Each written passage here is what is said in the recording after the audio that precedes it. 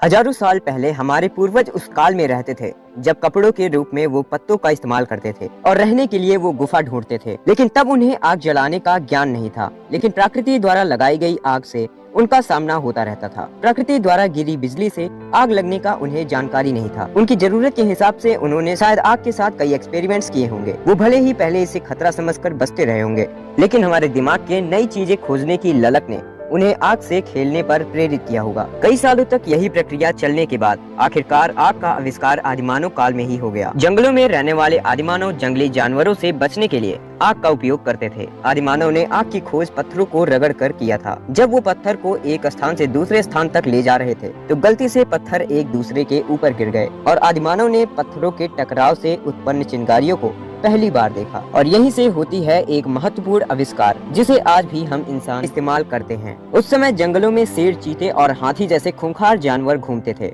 जानवरों की तुलना में हमारे पूर्वज उन परिस्थितियों में काफी ज्यादा कमजोर थे। इसलिए उन्होंने अपने आप को बचाने के लिए कभी गुफा तो कभी पेड़ों के ऊपर छुपकर रहना पड़ता था। लेकिन अब जिस चीज का आविष्कार हो चुका था वही इंसानों की ताकत और प्राणों की रक्षा के लिए काम आने वाला था। अब इंसानों ने आग की खोज कर ली थी।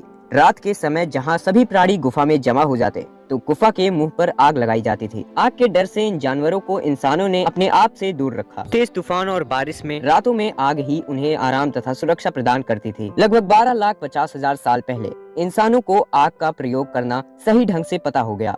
अब इंसान हर उस चीजों में आग का प्रयोग करता था जहां उसे करना चाहिए। आग के आविष्कार के कारण अब इंसान नॉर्थ पोल जैसे ठंडे इलाकों में भी रहने लगे। वही इंसान जहां आग को अपनी सुरक्षा के लिए इस्तेमाल करता था, अब धीरे धीरे इंसानों ने अपने भोजन को भी आग की मदद से पकाने में सक्षम हो गए और इसी के अनुसार इन्हें खुद को बदलना भी आ गया था। उस वक्त इंसान अपने पालन पोषण के लिए बड़े बड़े जानवरों का शिकार किया करते थे, जिसके कारण विकास के बाद इंसानों की जनसंख्या तेजी से बढ़ने लगी और अब दूसरे जीव के मुकाबले इंसानों की जनसंख्या सबसे ज्यादा हो गई थी, जिसके कारण अब इंसान छोटे छोटे जीवों को न मारकर बड़े जीवों को लगातार तेजी से मारने लगे, जिसकी वजह से इंसान अपने साथ अपने परिवार को भी लंबे समय तक भोजन दे पा रहा था। लेकिन एक वक्त ऐसा आया जब इंसानों ने बड़े बड़े जानवरों को इतने तेजी से मारना शुरू कर दिया, जिसकी वजह से बड़े बड़े जानवर विलुप्त होने लगे और छोटे जानवरों को मारने के लिए इंसानों को काफी ज्यादा मशक्कत करना पड़ता था। और यही कारण था कि अब इंसान के खाने के लिए बहुत ही कम खाना बचा हुआ था